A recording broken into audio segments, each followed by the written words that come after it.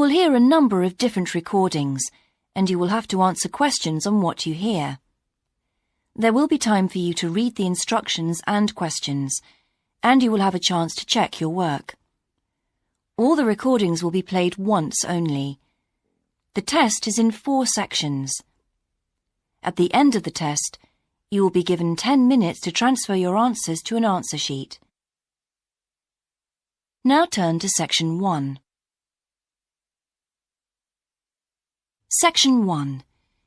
You will hear a conversation between 2 friends called George and Nina about a summer music festival.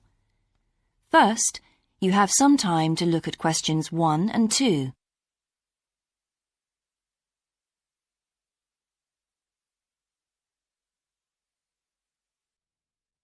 Now we shall begin. You should answer the questions as you listen, because you will not hear the recording a second time. Listen carefully and answer questions 1 and 2. Hi, George. Glad you're back. Loads of people have phoned you. Really? I felt just like your secretary. Sorry. I went into the library this afternoon to have a look at a newspaper and I came across something really interesting. What? A book? No, a brochure from a summer festival, mainly Spanish music. Look, I've got it here. Spanish music? I really love the guitar. Let's have a look. So what's this group, Guittarini? They're really good.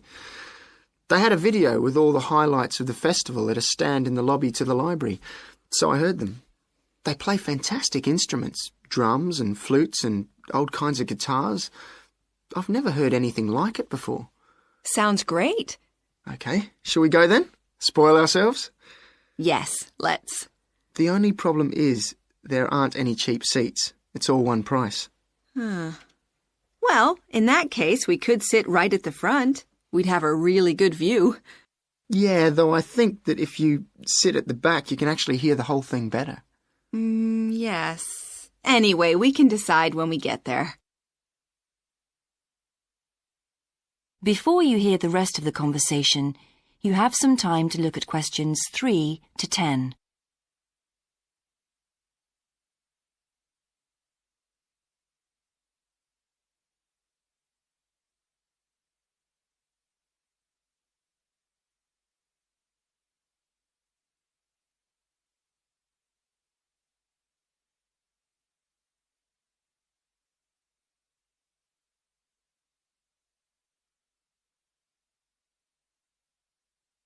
Now listen and answer questions 3 to 10. So will you fill in the form, or shall I? I'll do it. Name, George O'Neill. Address, 48 North Avenue, Westsea. Do you remember our new postcode? Still can't remember it. Just a minute. I've got it written down here. WS6 2YH. Do you need the phone too? Please. I'm really bad at numbers. 01674 553 242. So let's book 2 tickets for Guittarini. Okay. If you're sure $7.50 each is all right. How do you feel about the singer? I haven't quite decided. But I've noticed something on the booking form that might just persuade me. What's that then? Free refreshments. Really? Yes, look here. Sunday, 17th of June. Singer. Ticket, £6, includes drinks in the garden. Sounds like a bargain to me. Yes. Let's book 2 tickets for that. So, what else? I'm feeling quite keen now. How about the pianist on the 22nd of June? Anna Ventura? I've just remembered that's my evening class night. That's okay. I'll just have to go on my own. But we can go to the Spanish dance and guitar concert together, can't we? Yes, I'm sure Tom and Kieran would enjoy that too. Good heavens, £10.50 a ticket. I can see we're going to have to go without food for the rest of the week. We'll need to book 4. Wish we were students. Look, children, students, and senior citizens get a 50% discount on everything. If only. That is the end of Section 1. You now have half a minute to check your answers.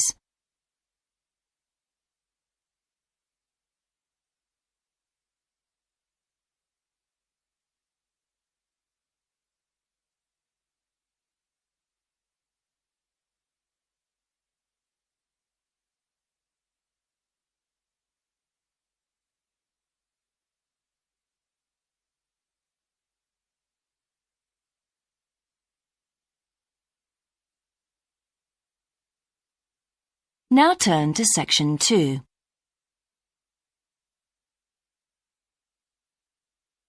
Section 2. You will hear the education officer of a dinosaur museum giving information to some teachers who are planning a school visit.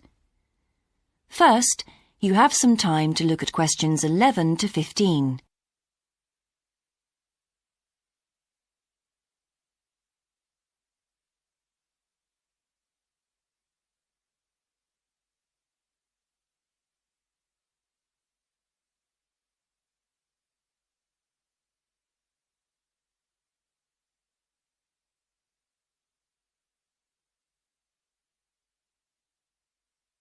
Now listen carefully and answer questions 11 to 15. Hello, and thank you for asking me to your teachers' meeting to talk about the Dinosaur Museum and to tell you a bit about what you can do with your students there. Well, let me give you some of the basic information first. In regard to opening hours, we're open every day of the week from 9 a.m. to 8 p.m. except on Mondays, when we close at 1:30 p.m. And in fact, the only day in the year when we're closed is on the 25th of December. You can book a guided tour for your school group any time that we're open. If you bring a school group to the museum, when you arrive, we ask you to remain with your group in the car park. One or more of the tour guides will welcome you there and brief you about what the tour will be about. We do this there because our entrance is quite small and we really haven't got much room for briefing groups in the exhibition area. As far as the amount of time you'll need goes, if you bring a school group, you should plan on allowing a minimum of 90 minutes for the visit.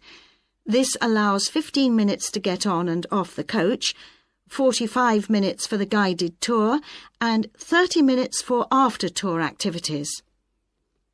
If you're going to have lunch at the museum, you will of course have to allow more time. There are 2 cafes in the museum with seating for 80 people. If you want to eat there, you'll need to reserve some seating, as they can get quite crowded at lunchtime. Then, outside the museum at the back, there are tables, and students can bring their own lunch and eat it there in the open air. Before you hear the rest of the talk, you have some time to look at questions 16 to 20.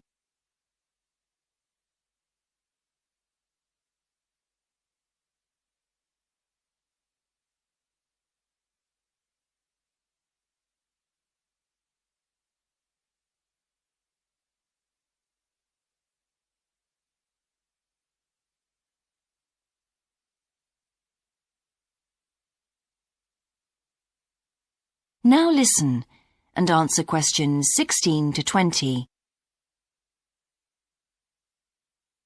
When the students come into the museum foyer, we ask them to check in their backpacks with their books, lunchboxes, etc. at the cloakroom before they enter the museum proper. I'm afraid in the past we have had a few things gone missing after school visits, so this is a strict rule. Also, some of the exhibits are fragile, and we don't want them to be accidentally knocked. But we do provide school students with handouts with questions and quizzes on them. There's so much that students can learn in the museum, and it's fun for them to have something to do. Of course, they'll need to bring something to write with for these. We do allow students to take photographs.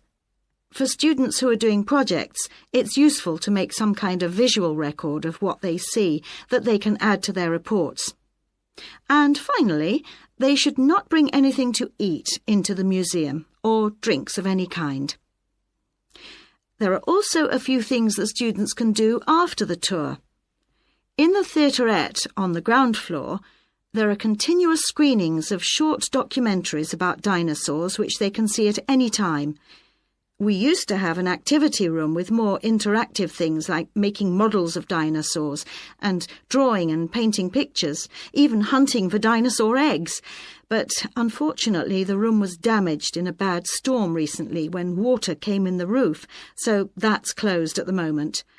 But we do have an IT centre where students have access to CD-ROMs with a range of dinosaur games. These games are a lot of fun, but they also teach the students about the lives of dinosaurs, how they found food, protected their habitat, survived threats, that kind of thing. And I think that's all I have to tell you. Please feel free to ask any questions if you would like to know anything else about. That is the end of Section 2. You now have half a minute to check your answers.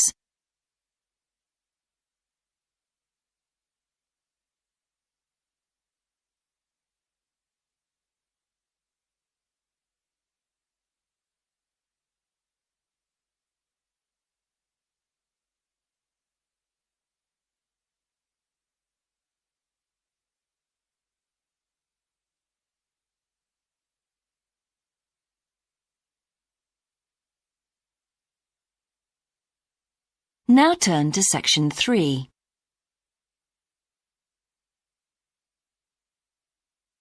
Section 3.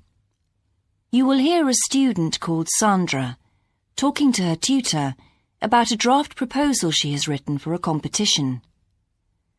First, you have some time to look at questions 21 to 24.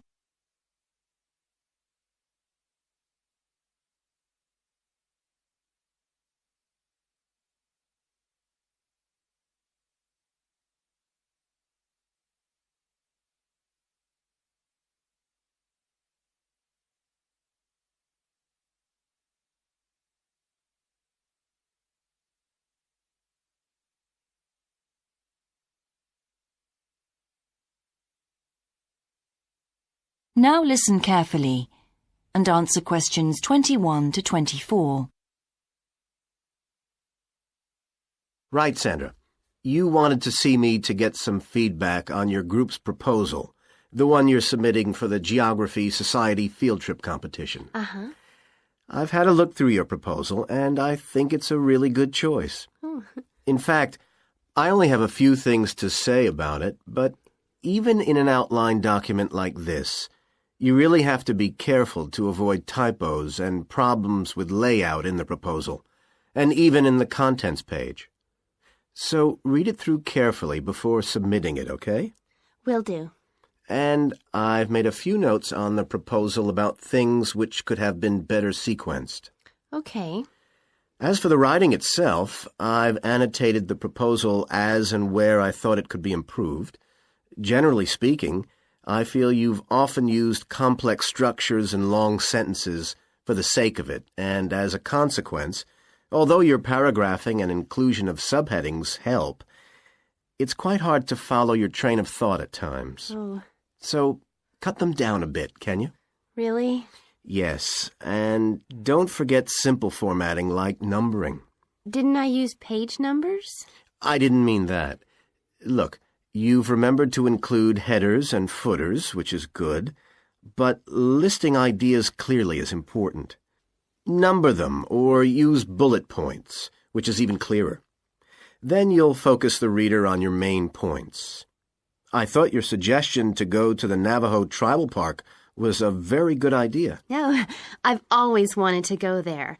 My father was a great fan of cowboy films and the Wild West, so I was subjected to seeing all the epics, many of which were shot there. Mm-hmm. As a consequence, it feels very familiar to me, and it's awesome, both geographically and visually. So it's somewhere I've always wanted to visit. The subsequent research I did and the online photographs made me even keener. Before you hear the rest of the conversation, you have some time to look at questions 25 to 30.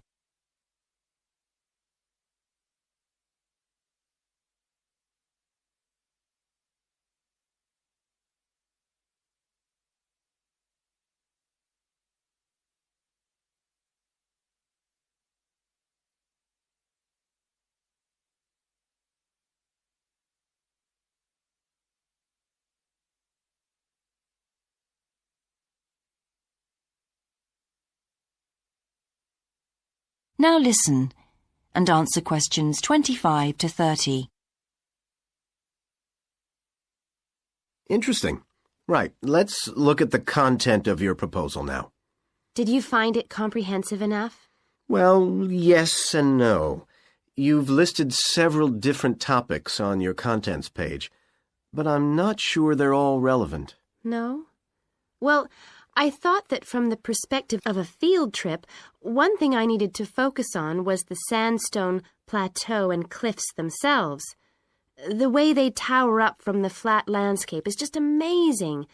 The fact that the surrounding softer rocks were eroded by wind and rain, leaving these huge outcrops high above the plain. It's hardly surprising that tourists flock to see the area. Well, yes, I'd agree with including those points. And then the fact that it's been home to Native American Navajos and all the social history that goes with that. The hardships they endured trying to save their territory from the invading settlers. Their culture is so rich. All those wonderful stories. Well, I agree it's interesting, but it's not immediately relevant to your proposal, Sandra. So, at this stage, I suggest you focus on other considerations. I think an indication of what the students on the trip could actually do when they get there should be far more central, so that certainly needs to be included and to be expanded upon. And I'd like to see something about the local wildlife and vegetation, too. Not that I imagine there's much to see.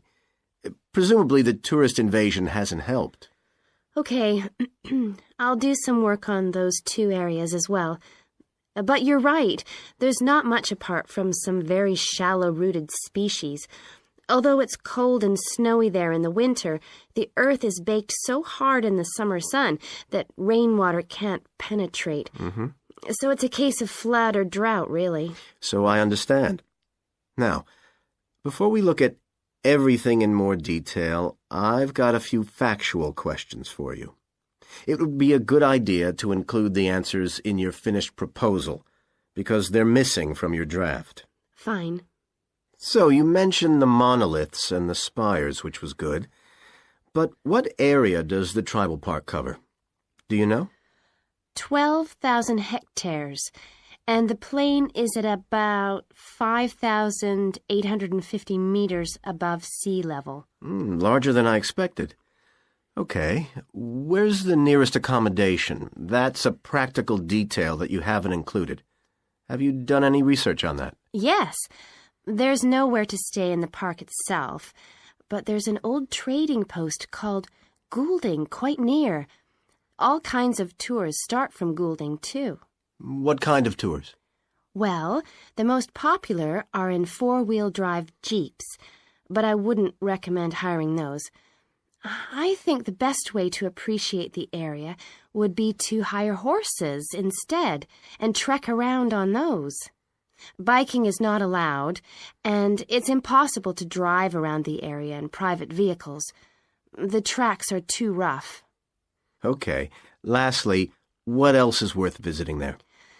There are several caves, but I haven't looked into any details. I'll find out about them. Okay, good. Now what I'd like to know is more about... That is the end of section 3. You now have half a minute to check your answers.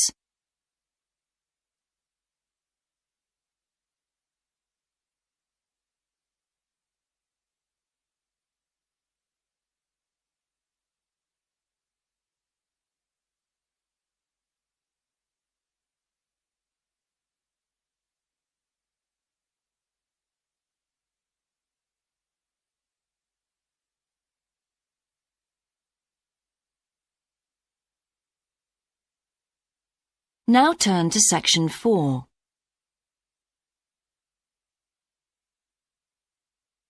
Section 4. You will hear a lecturer's introduction to a geography module. First, you have some time to look at questions 31 to 40.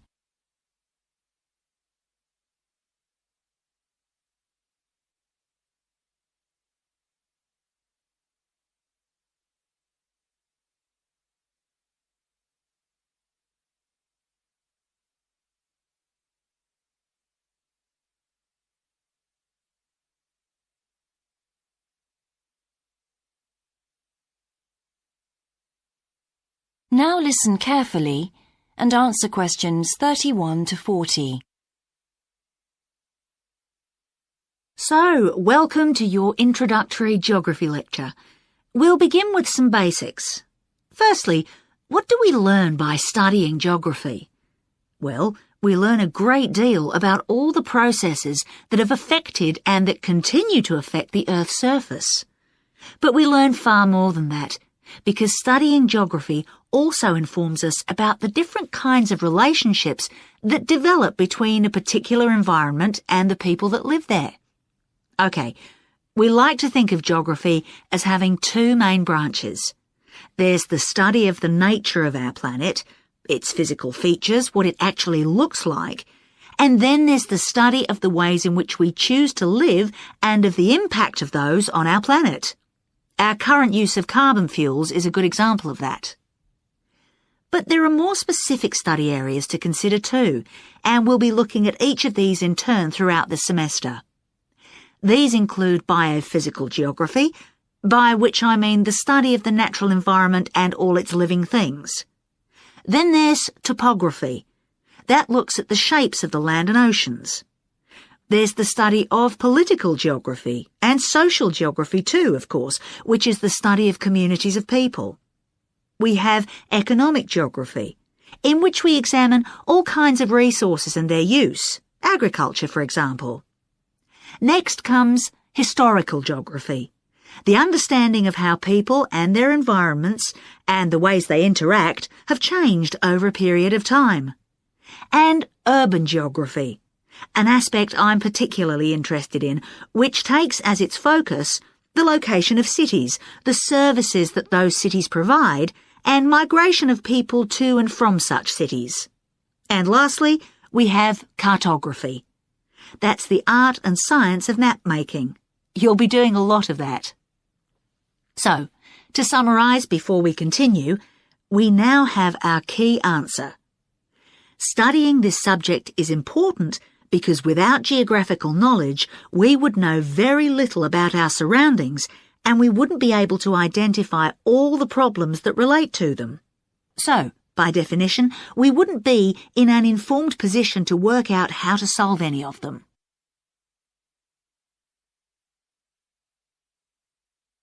Okay, now for some practicalities. What do geographers actually do? Well, we collect data to begin with. You'll be doing a lot of that on your first field trip. How do we do this?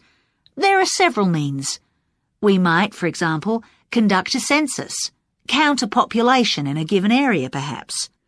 We also need images of the Earth's surface which we can produce by means of computer generation technology or with the help of satellite relays. We've come a very long way from the early exploration of the world by sailing ships, when geographers only had pens and paper at their disposal. After we've gathered our information, we must analyse it. We need to look for patterns, most commonly those of causes and consequences. This kind of information helps us to predict and resolve problems that could affect the world we live in. But we don't keep all this information confidential. We then need to publish our findings so that other people can access it and be informed by it. And one way in which this information can be published is in the form of maps. You'll all have used one at some stage of your life already. Let's consider the benefits of maps from a geographer's perspective. Maps can be folded and put in a pocket, and can provide a great store of reference when they're collected into an atlas.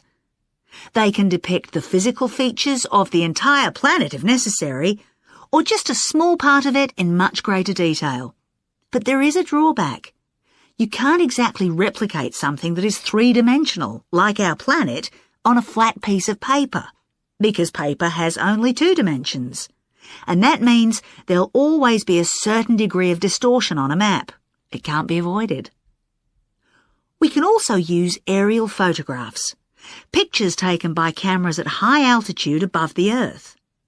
These are great for showing all kinds of geographical features that are not easy to see from the ground. You can easily illustrate areas of diseased trees, or how much traffic is on the roads at a given time, or information about deep seabeds, for example. Then there are Landsats.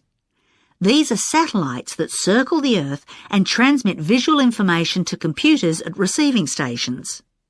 They circle the Earth several times a day and can provide a massive information. You'll all be familiar with the information they give us about the weather, for example. So, what we're going to do now is look at a short presentation in which you'll see all these tools. That is the end of section 4. You now have half a minute to check your answers.